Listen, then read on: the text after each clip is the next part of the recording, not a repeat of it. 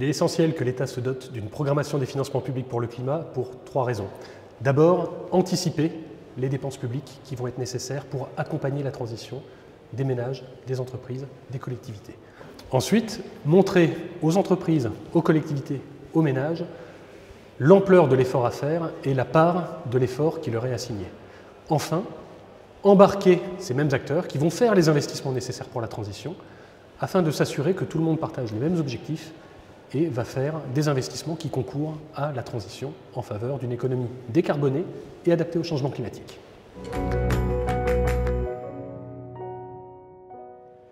Ce qu'on peut mettre dans cette programmation des finances publiques pour le climat, c'est d'abord une prévision des dépenses publiques de la part de l'État, de la part des collectivités qui vont être nécessaires pour la transition.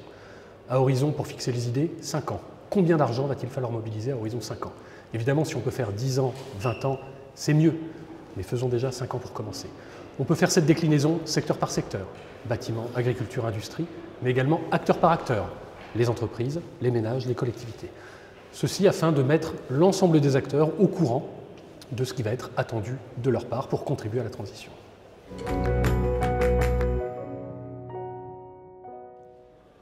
Alors on sait aujourd'hui de combien d'investissements au total, privés et publics, on va avoir besoin.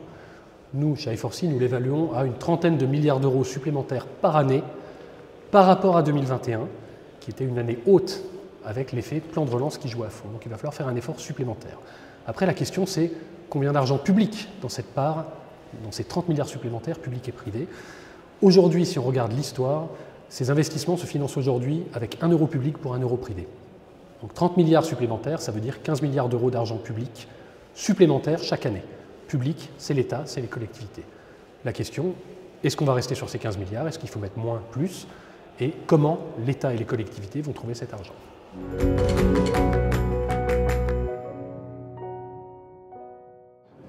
Alors, les élus ont un rôle central à jouer dans cette transition. Les élus locaux d'abord. L'essentiel de l'investissement public, c'est de l'investissement des collectivités territoriales. Donc déjà, ils ont un rôle à jouer dans l'allocation, finalement, les décisions d'investissement.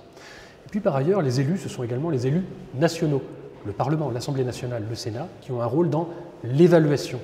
Une fois qu'on a construit le business plan de la transition et le business plan du point de vue de la puissance publique, la question c'est est-ce qu'on suit ce business plan année après année? Si oui, tout va bien. Sinon, comment fait-on pour revoir ce business plan, etc. Donc le revoir, ça veut dire l'évaluer et puis ensuite réallouer l'argent là où il est peut-être le plus utile.